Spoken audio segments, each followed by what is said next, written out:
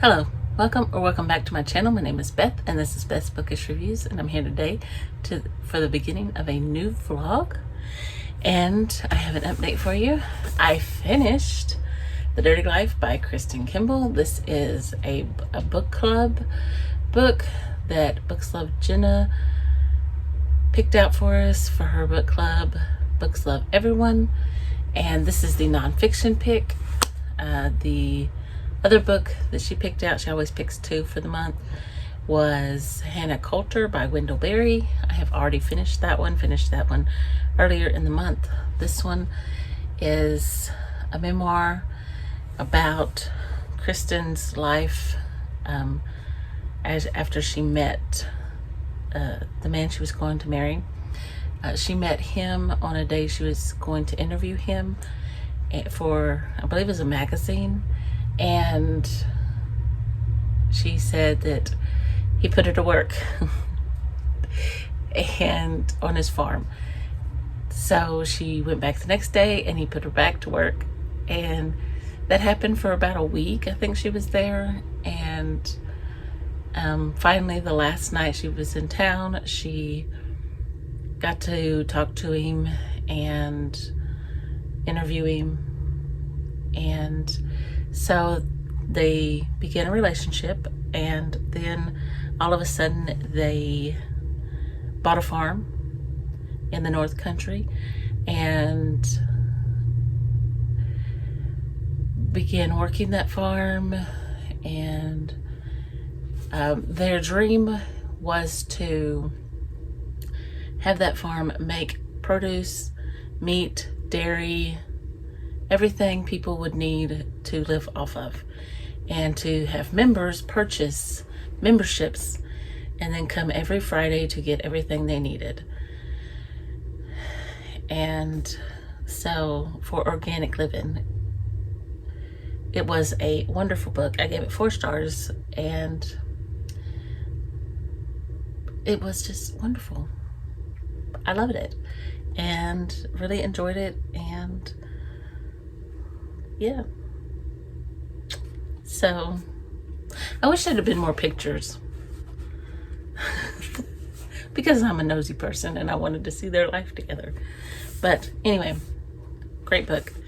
And not only did she talk about that, but she also, she would share like recipes that they tried with different parts of the animals, and with the vegetables. And before the vegetables came up, they went out and picked like other things that you could have used. And she even included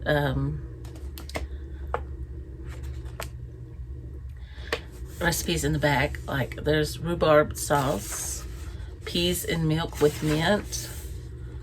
There's a squash pie recipe from one of their neighbors.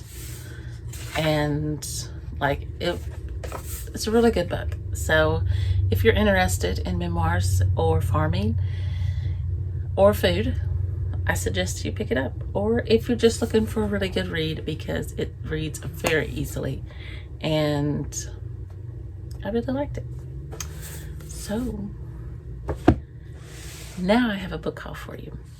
I ordered from Book Outlet, but I also have a couple from Amazon. So I'm gonna show you those first. I got Elizabeth Van Arnim's The Enchanted April. I've heard a lot about it. Escaping dreary London for the sunshine of Italy, 4 very different women take up an offer advertised in the Times for a small medieval Italian castle on the shores of the Mediterranean to be furnished for the month of April. Among them are disheveled Mrs. Wilkins and sweet-faced Mrs. Arbuthnot, both fleeing unappreciative husbands, ravishing socialite Lady Caroline, sick of love-struck men, and Mrs. Fisher, a formidable widow who reminisces about the great men she knew in her Victorian childhood. And I guess it's about the friendship that they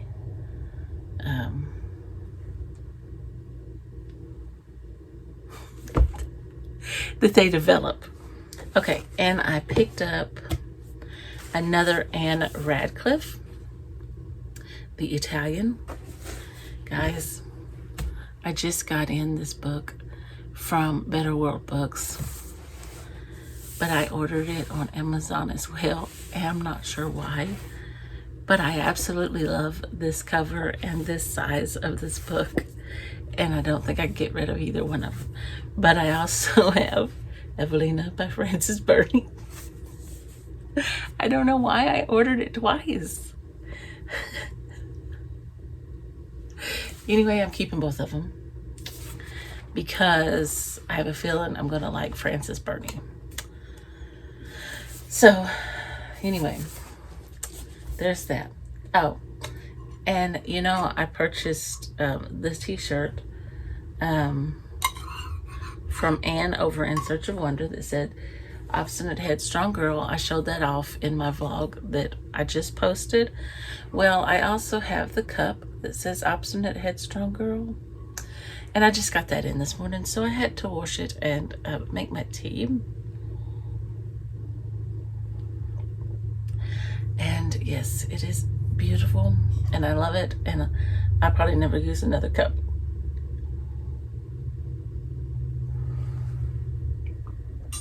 It's perfect. It's lightweight and it's so me. Okay, so I have a romance. I've been wanting this romance because people say it's clean and it's a summer romance. So it says, oh, it is Summer Romance by, these are from Book Outlet. So I usually say that I'm not worried about the stickers, but I will take that one off. It's by Annabelle Monaghan, Summer Romance. Allie Morris is a professional organizer whose own life is a mess. Her mom died 2 years ago. Then her husband left, and she hasn't worn pants with a zipper in longer than she cares to remember. No one is more surprised than Allie when the first time she takes off her wedding ring and puts on pants with hardware overalls count, right? She meets someone, or rather her dog claims a man for her, by pottying on him. Ethan smiles at Allie like her pants are just right, like he likes what he sees. He looks at her like she's a younger, braver version of herself. The last thing newly single mom Allie needs is to make her life messier. But there's no harm in a little summer romance, is there? So, I got that. And then I just love this author. I've read The Mystery of Mrs. Christie by her, and I've read other books that she has written with another author. And so I picked up The Mitford Affair by Marie Benedict. Now, I read The Mystery of Mrs. Christie and absolutely adored that book. I love that book. I've read it twice within a year. So this one says, between the world wars, the 6 Mitford sisters, each more beautiful, brilliant, and eccentric than the next, dominate the English political, literary, and social scenes. Though they've weathered scandals before, the family falls into disarray when Diana divorces her wealthy husband to marry a fascist leader, and Unity follows her sister's lead all the way to Munich, inciting rumors that she's become Hitler's mistress. As the Nazis rise in power, novelist Nancy Mitford grows suspicious of her sister's constant visits to Germany and the high-ranking fascist company they keep. When she overhears alarming conversations and uncovers disturbing documents, Nancy must make excruciating choices.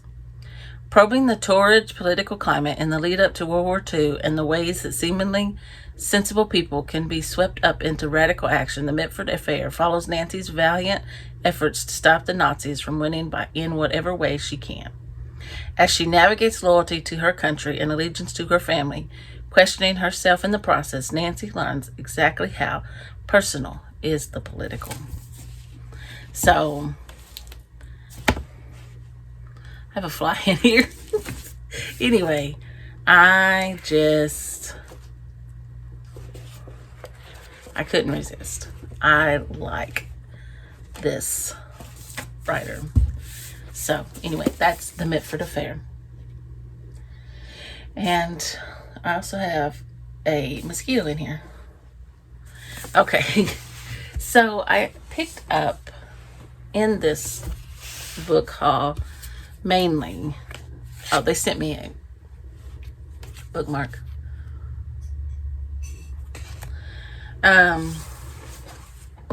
Middle grade.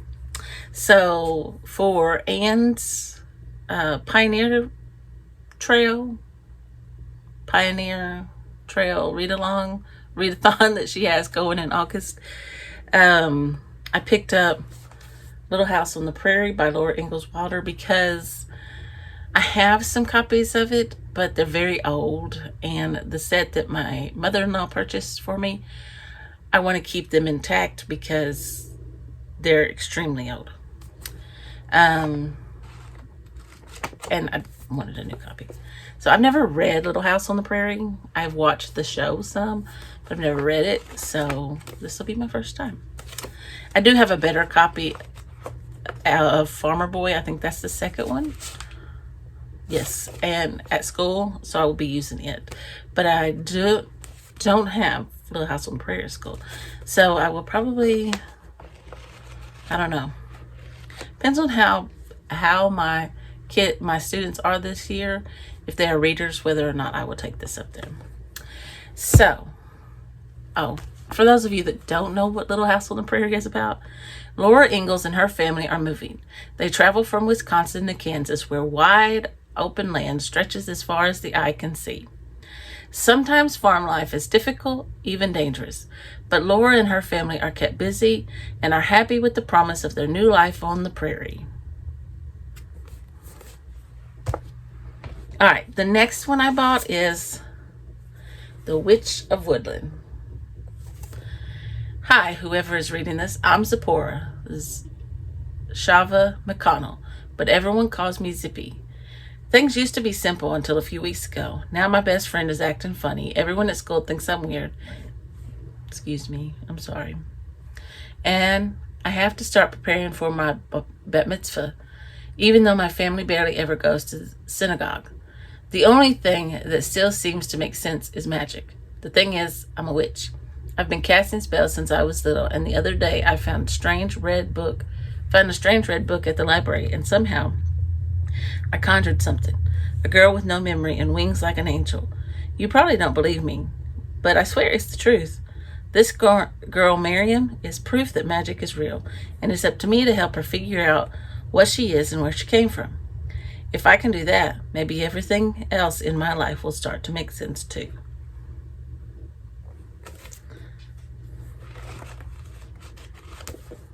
We'll see. All right, and then I got When You Know What I Know by Sonia K. Salter. When you know what I know, you'll wish you don't. One day after school, on the couch in the basement, Tori's uncle did something bad. Afterward, Tori tells her mom. Even though telling was a brave thing to do, her mom doesn't believe her at first. Her grandma takes his side, And Tori doesn't want anyone else, even her best friend Rhea, to know what happened. Now Tori finds herself experiencing mixed emotions like anger, shame, and anxiety as she deals with her changed world. Tori is struggling to make her way back to the girl she used to be. But with the help of her mom, her little sister Rhea, and others, can Tori find a way to have the last word? So, yeah, that one I don't think I'll take to school. All right, it's boba time for Pearl Lee. This is by Nicole Chin.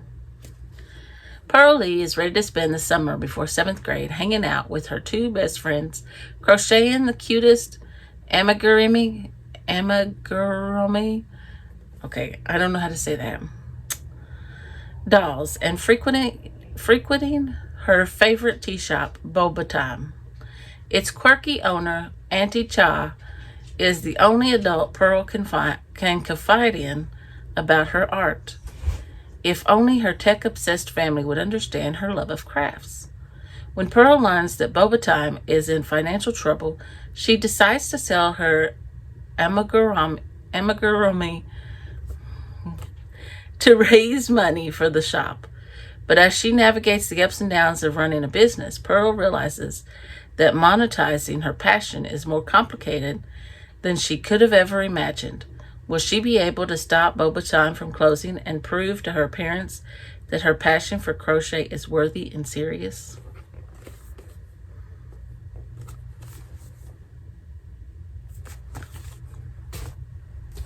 Alright, and then I've got Ruby Lost and Found by Christina Lee. Her best friends shut her out. Her sister's leaving for college, plus Ruby's still grieving for her grandfather when it seems like everyone else has forgotten him. Without Yi's annual scavenger hunts across San Francisco, her hometown doesn't feel like home anymore. Then a secret about her distant grandmother, Nai, and the news that a beloved local bakery might close threaten to change everything. Though Ruby feels lost, maybe a summer of new friendships and fighting to save the bakery will help her discover what it means to find home again. And the last one is Where the Watermelons Grow by Cindy Baldwin. When 12-year-old Della finds her mother obsessively digging black seeds from a watermelon in the middle of the night and talking to people who aren't there, Della worries that it's happening again, that her mama's sickness is back. With her daddy trying to keep their farm afloat and her mama in denial about her behavior, Della fears it's up to her to heal her mama for good. If the local bee lady's honey has mended the wounds and woes of their town for generations, then surely it can make her mama better too. But when the bee lady says that the solution might have less to do with fixing mama and more to do with healing Della's own heart, Della must learn that love means accepting her mama just as she is. So, this is my wonderful book haul from today, and I will see you in the next clip. Hello, so this is the next clip. I finished another book. I finished it on the 20th, I guess. I thought I had filmed a clip before this, but maybe I did. Anyway, I'll put it up here. I don't have this book. I just listened to it on Libby. This is Meet the Austins by Madeleine L'Engle.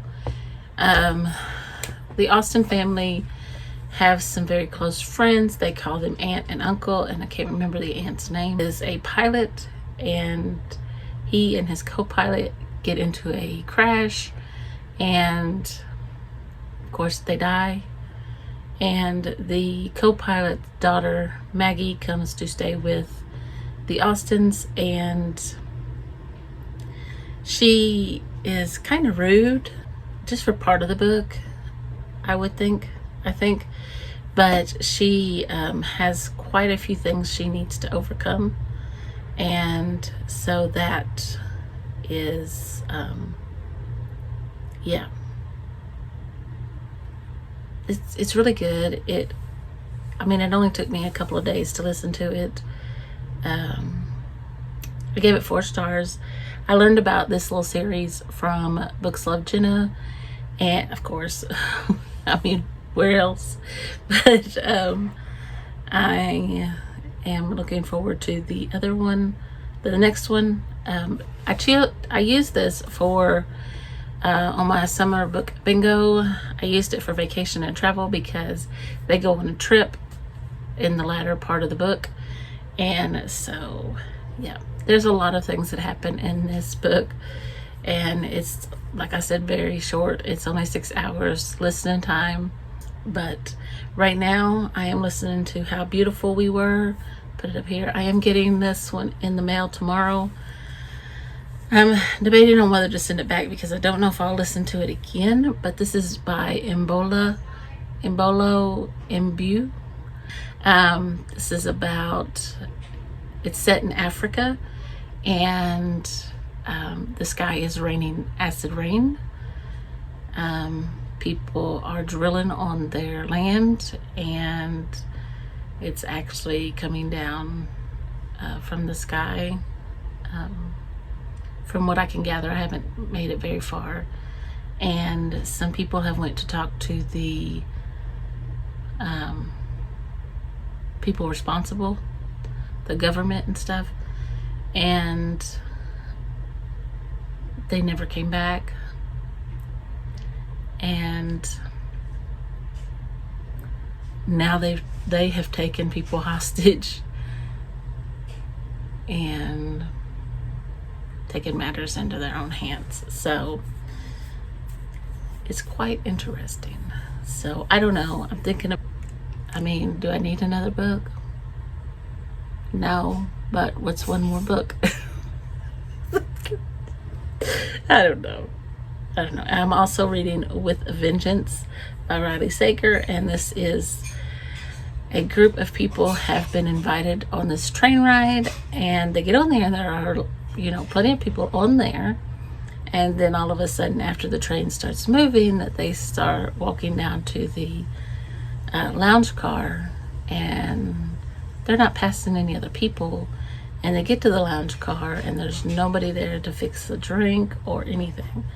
And so they don't know who invited them or anything like that. So yes, and they're all involved in this big scandal that happened. I'm enjoying it. I'm very much enjoying it. I'm almost 100 pages in, and that is just mainly from last night. Now, I did start it on the 20th, but I only read a couple of pages between then and last night is when I read most of my pages. So anyway, that is my clip. That is my update for today, and maybe I'll have more tomorrow. Maybe we're supposed to go to do some things tomorrow, my husband and I, and so maybe you'll get some clips of that. So I will talk to you then.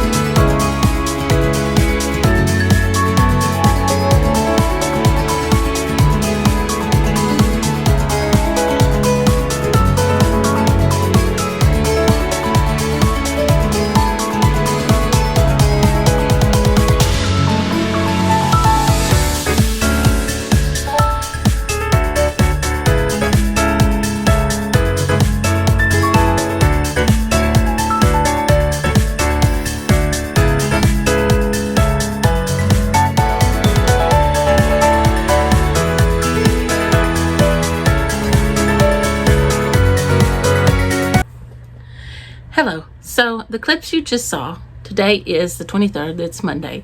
The clips you just saw were of me in Barnes & Noble. My husband took me shopping. Tomorrow is our anniversary, and instead of going tomorrow, we decided to go today because he needed to go down and find a place that where he has an appointment at, and we just need to know where we needed to park and where to go in at. So we just got back, and I was sitting here talking to my mom, and I thought, well, I need to film this clip so I can put these books away, and I'll hold these up so you can see them, and then I will show them to you and talk about them. And okay, so I'll insert a clip right here. I'll put them up right here of the beautiful flowers, the roses that my husband brought in last night. And yeah, so he just being really sweet. And so the first book that I picked up was a Barnes & Noble exclusive edition of The Cartoonist Club by Raina Telgemeier. Telgemeier. I know I'm saying that wrong. And Scott McCloud. I bought this for my students at school. And it says, welcome to the club. Michaela is bursting with ideas, but doesn't know how to make them into a story. Howard loves to draw, but he struggles to come up with ideas, and his dad thinks comics are a waste of time. Linda constantly draws in her sketchbook, but keeps focusing on what she feels are mistakes. And Art simply loves being creative and is excited to try something new. They come together to form the Cartoonist Club, where kids can learn about making comics and use their creativity and imagination for their own storytelling adventures. Okay. Okay. You can't have my phone. Bad boy. All right. The next one I got was also a Barnes & Noble exclusive. I swapped it because they had this one behind the counter. It is I Am Rebel. Kind of reminds me of my boy here. Come here. Come on. Come here. Get on, my baby. Come here. He's not going to get up here. It's by Ross Montgomery. It says, I'm Tom's dog, and he's my boy. And if he stepped right out inside the jaws of death, then I'm going to follow him in and bring him back out. Rebel is a good dog, and he loves his simple, perfect life on the farm with his boy, Tom. But war is brewing, and now Tom is determined to join the rebellion to defeat the greedy king and his vicious soldiers. But it's Rebel's job to protect Tom, even from things much bigger than a small farm dog. So Rebel sets out on a journey that takes him far from home, meeting many more animals and people than he knew there were in the world, all to save the human he loves most. Come here. Come here. Come here. Are you going to get up here? Come here. Come on. Come on. There we go. Now look. He's so rotten. Hey. There. You're part of him. Look.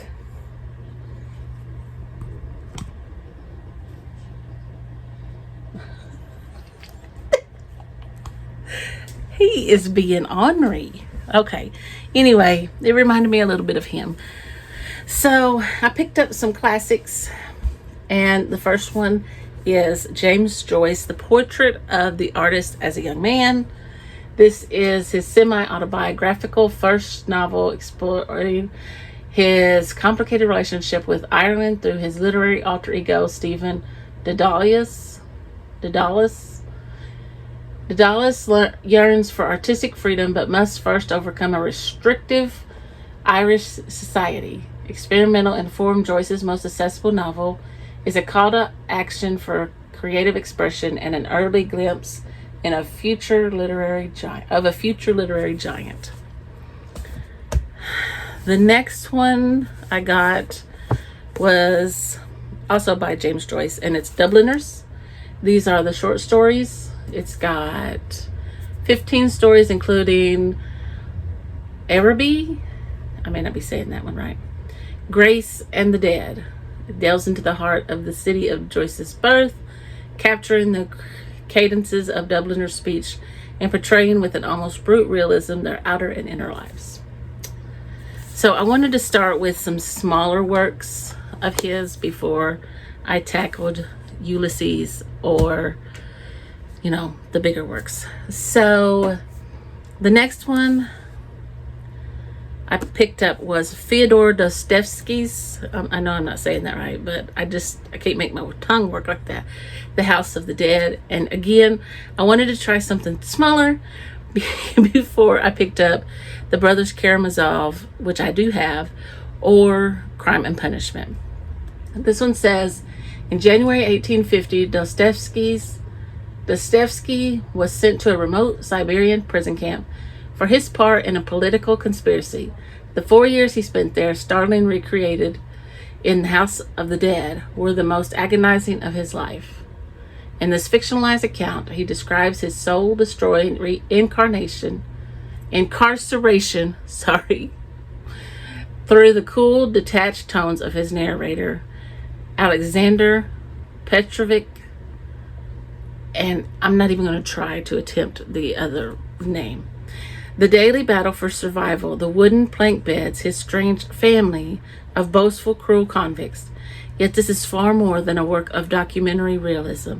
It is also a powerful novel of redemption, exploring one man's spiritual death and the miracle of his reawakening. All right, so I'm also working on my DIY literature degree. So I was looking, and while I want to reread the Jane Austen novels that I've read this year, such as Pride and Prejudice, Sense and Sensibility, I also want to make sure that I read the one that I failed to read back in March. Even though she's not a romantic writer, I want to make sure I read Cecilia by Frances Burney, because it was one that Jane Austen looked up to, for her writing. I want to read Poe,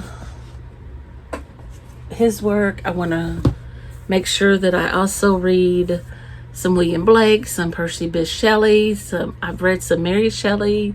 I want to do some writing. I also want to read Maria Edgeworth. I've got Belinda Ian. I did not buy this one. I also picked this one up because, if I'm not mistaken, this one is a romantic writer as well. I will have to make sure I double check this. But I picked up Washington Irving, The Legend of Sleeping Hollow, and other writings. So if it's not, then I can always save it for the time that it was written, because I will be putting other, doing other works of literature for my DIY literature degree. So they also gave me a bookmark because I did join their membership today. By the way, if you want to join, this is not sponsored by Barnes & Noble, but I just want to plug it.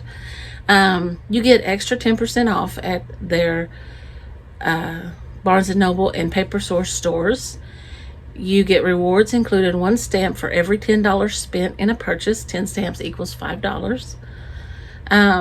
Extra 10% off and free shipping at bn.com. Free tote every year. I got my free tote today.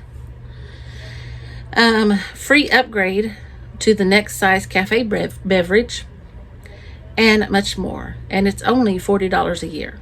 Well, I got mine at a discount because I bought so much. So, yes, I was very excited about that. And then I also purchased this one. This one was only $15. And these are always over there at the special shelves. I think it's like Annex is what they call them. I'm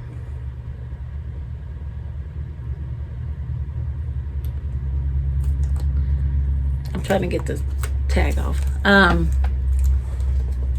I always like to go over there and see them. And I got The Strange Case of Dr. Jekyll and Mr. Hyde and Other Stories by Robert Louis Stevenson. So it has beautiful end papers, and then painted edges, and it's just really pretty. It has a well, let me find it.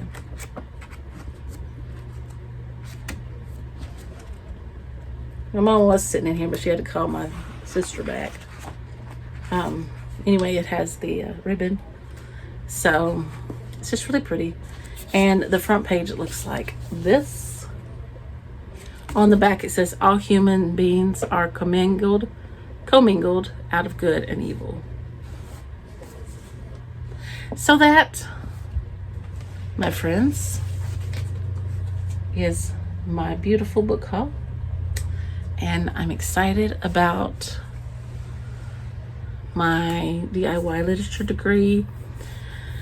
I don't know if we'll go anywhere tomorrow or not. My husband has a few things he needs to get done around the house, and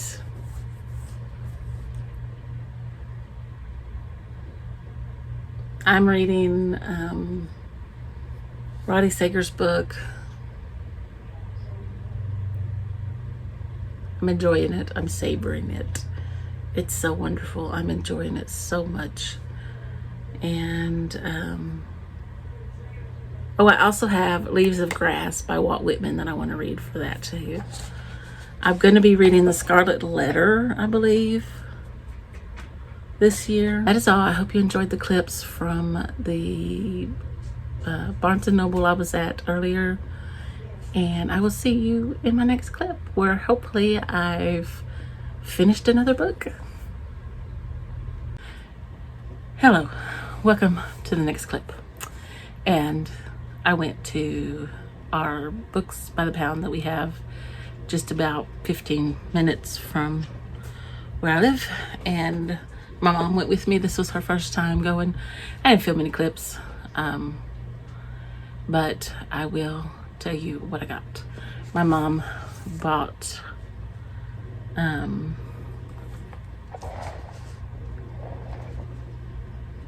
couple things for me. She got a blind date with a book, and it's just a book for me. She got the mystery one. It is Jane Hager's Way Down, and it's about a fitness instructor, and she has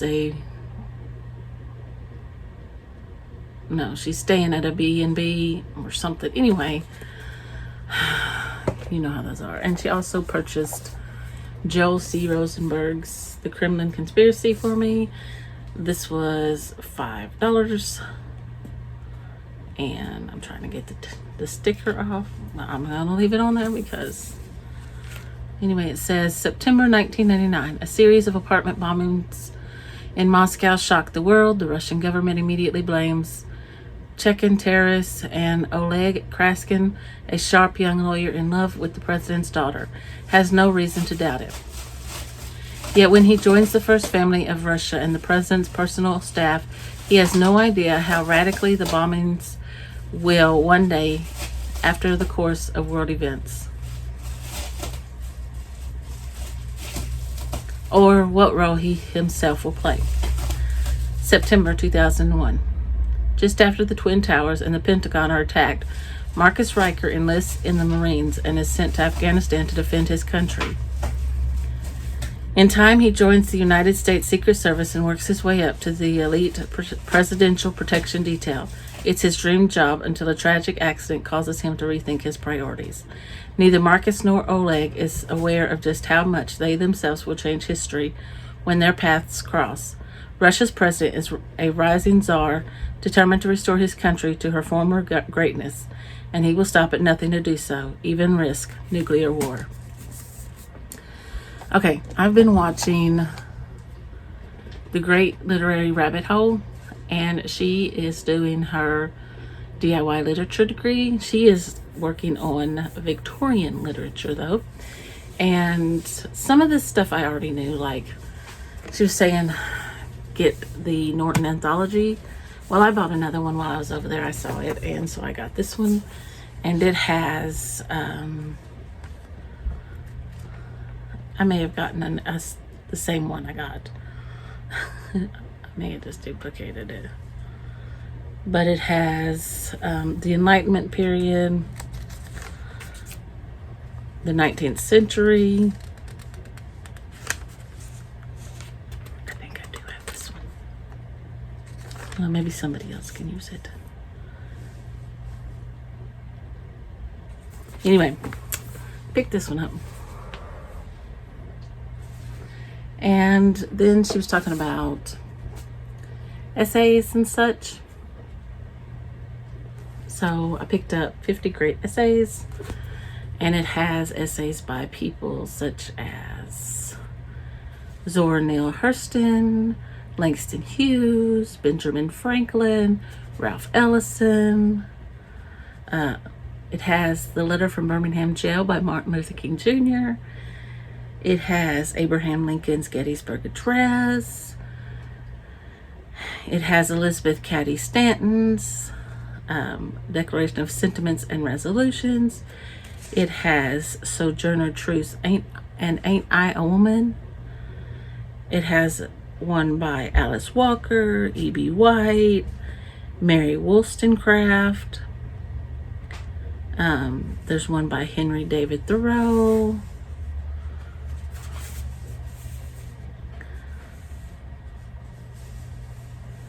Frederick Douglass. There's more than that. I was just reading a few out. Anyway, I thought that might be good, handy to have around. I know that's not exactly what she was talking about, but I saw it and thought it would be great. There are 50 in there. And then she was talking about criticism. So I picked this one up. This is The Major Text, Criticism, The Major Text. And this one has, I'll tell you the authors that are in this one. Classical Antiquity, Aristotle, Plato, Horace, the Renaissance, Sir Philip Sidney, John Milton, Neoclassic Developments, Alexander Pope, Henry Fielding, Close of the Classical Tradition, Humanism and Classical Realism, Oliver Goldsmith, Romantic Individualism, the Imagination and Emotion, William Wordsworth, John Keats, Edgar Allan Poe, Romantic Transcendentalism and the Organic View of Nature. There's Samuel Taylor Coleridge, Johann Wolfgang van Goethe, I don't know if that's how you say that, Percy Bysshe Shelley, Humanism, Naturalism, and Divergent Tendencies. Leo Tolstoy is the only one I recognize from there. The Modern Period, there's T.S. Eliot, Northrop Frye. Further Modern Developments, Oscar Wilde, William Butler Yeats, Virginia Woolf, Pablo Picasso, Thomas Mann, Wallace Stevens, Douglas Bush. There are others. Those are the ones I just named out. And then I picked this one up. It's Dramatic Theory and Criticism. And so this one has Ancient Greece and Rome. It has The Frogs, The Republic, Poetics, another translation of 4 passages of Aristotle's Poetics. And then there are some more, but Late Antiquity through the Middle Ages, The City of God, Comedy and Tragedy, Letter to the Lord, Can Grande, okay, blah, blah, blah. Renaissance Italy on Comedy, the Poetics, Poetics. Oh, I guess I should have been reading you okay, so there's Plato, Aristotle, Cicero, And late antiquity through the Middle Ages, there's Dante. Okay, we can't read those. Okay, Renaissance Italy, Julius Caesar's Scaliger, Elizabethan and Jacobean England and Spain, Thomas Lodge, John Webster, John Fletcher, 7th century and 18th century France. Yeah, I can't say those names. Voltaire. These names are really... Restoration in 18th century England, John Milton, Samuel Butler, John Dennis, 18th and early 19th century Germany,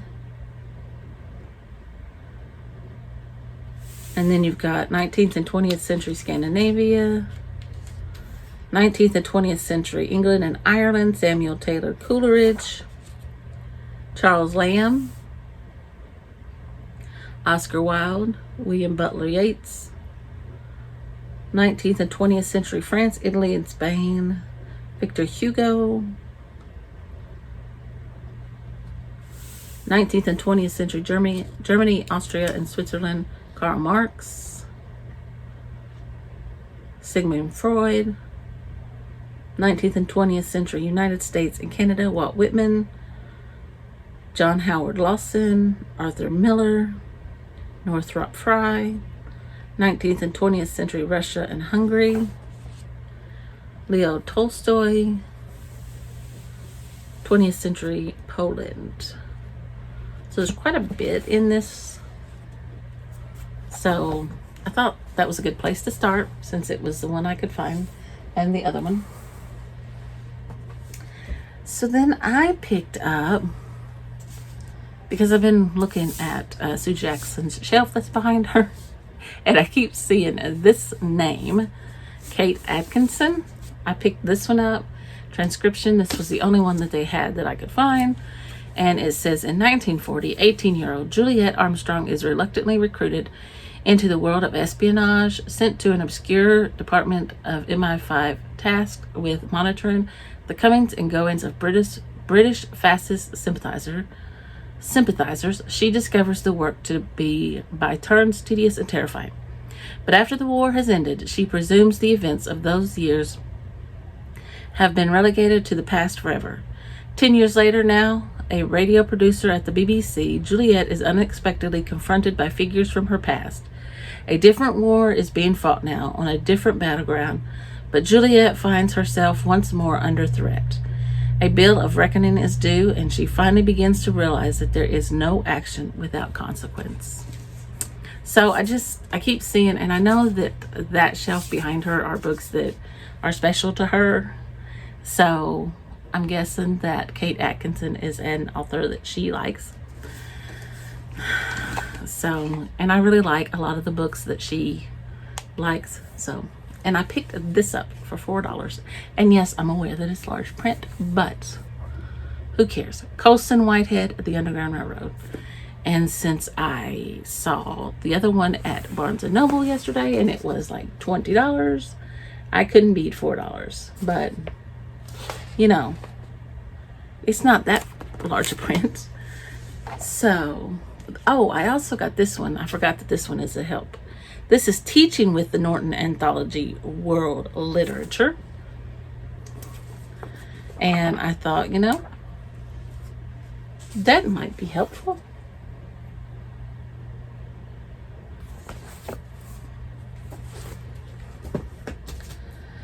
And I tried to find Lonesome Dove because Sue Jackson has made me want to read it, but I had asked them and they had just given the copy that they had to somebody else to purchase. And in fact, they thought it was me. And I actually found this one on the shelf Streets of Laredo. I know I cannot read this one until I read Lonesome Dove, so I will wait until I get Lonesome Dove. But I picked up Ian Forster's Howard's End.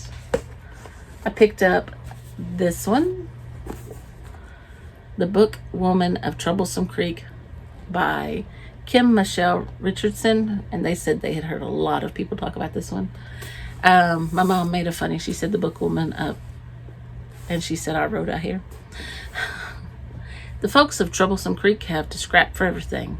Everything except books, that is, thanks to Roosevelt's Kentucky Pack Horse Library Project. Troublesome's got its very own traveling librarian, Cussie Mary Carter. Cussie's not only a bookwoman, however, she's also the last of her kind.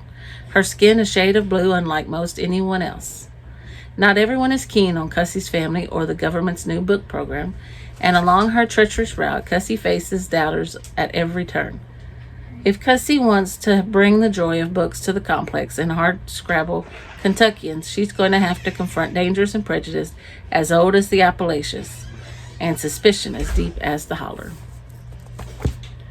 And the last one is P.D. James, Cover Her Face. Headstrong and beautiful, the young housemaid Sally Jupp is put rudely in her place, strangled in her bed behind a bolted door. Coolly, brilliant policeman Adam Daglish of Scotland Yard must find her killer among a house full of suspects, most of whom had very good reason to wish her ill. Okay, so I have two more. I just need to put these somewhere. Somewhere, anywhere.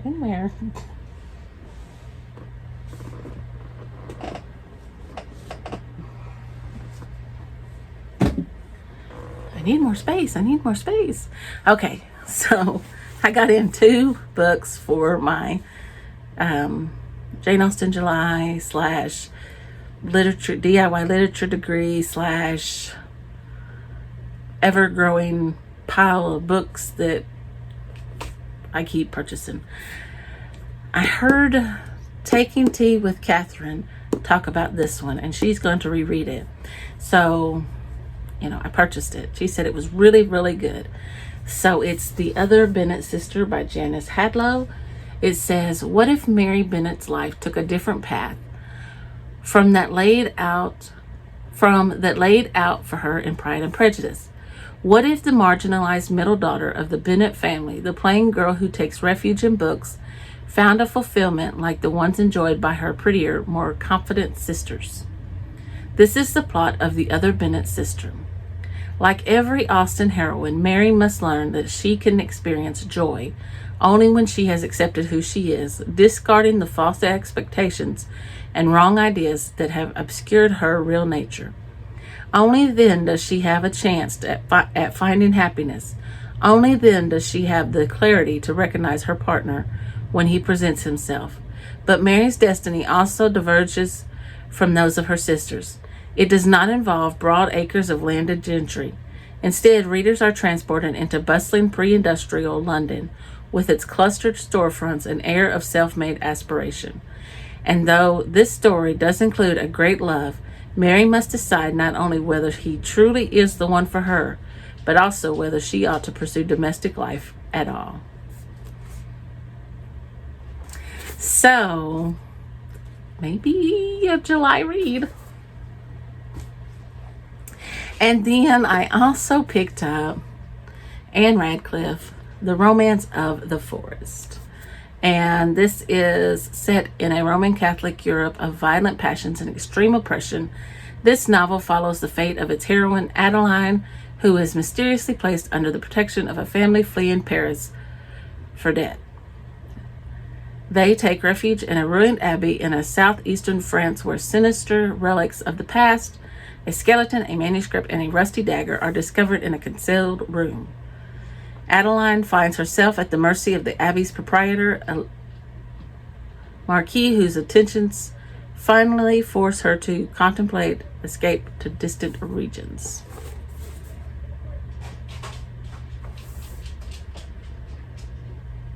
What did he say? Anyway, that's my haul.